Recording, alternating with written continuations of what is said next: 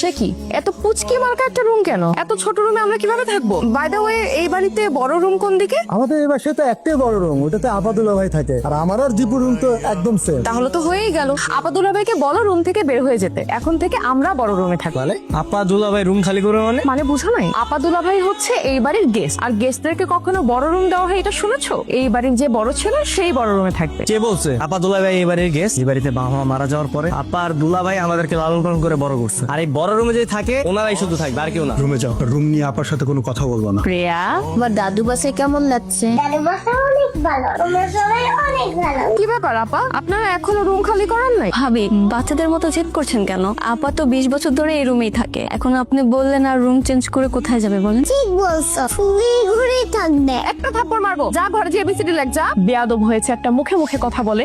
আপনাদেরকে বলছি, আমার বাচ্চা মেয়েটার মাথা না খাবেন না কষ্ট করে। ভুলে যাবেন না ও একটা বাচ্চা মেয়ে। কি চাতা বলছেন? আমরা ওর মাথা খাচ্ছি মানে? যা বলছি ঠিকই বলছি। আপনাকে কষ্ট করে আর এই বাড়ির চাবি সামলাতে হবে না। এখন যেহেতু এই বাড়ির বড় বউ চলে এসেছে, আশা করি সসম্মানে চাবিটা আমার হাতে দিয়ে দিবেন। আপনার খুলতে কষ্ট হচ্ছে? আচ্ছা, আমি খুলে নিচ্ছি।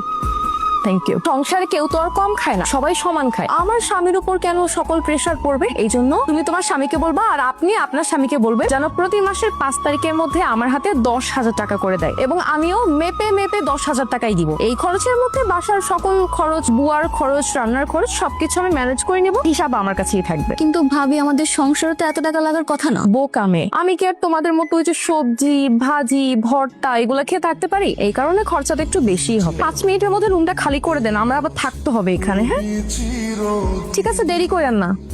ও বউ, কই তুমি? ফুলটা তোমার খোপায় গুজে দিয়ে আসো। সরো, ভালো লাগছে না। কেন, কি হয়েছে তোমার? ভাবি বড়াপুর সাথে খুব খারাপ ব্যবহার করেছে, একদমই ভালো ব্যবহার করেনি। খারাপ ব্যবহার করছো মানে? আপুর আঁচল থেকে ভাবি চাবি কেড়ে নিয়ে গেছে, আর কত কথা শুনিয়েছে।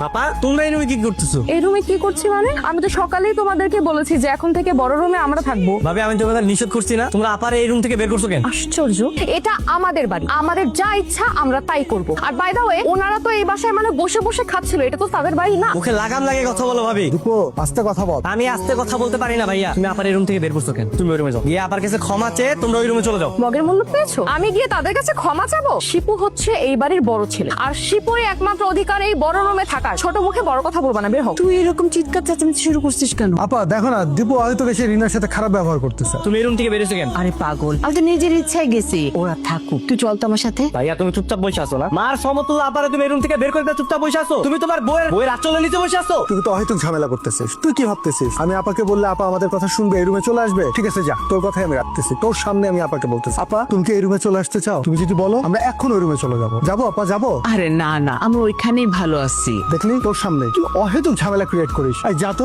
তোর রুমে যা, আমাদেরকে ঘুমাতে দে, ডিস্টার্ব করিস না প্লিজ। চল তো দীপু, ওরা ঘুমাক। আপার কিন্তু একদম ঠিক হয় না। কোনটা ঠিক আর কোনটা ব্যাঠিক সেটা এখন তোর থেকে শিখতে হবে। তুই চল তো আমার সাথে।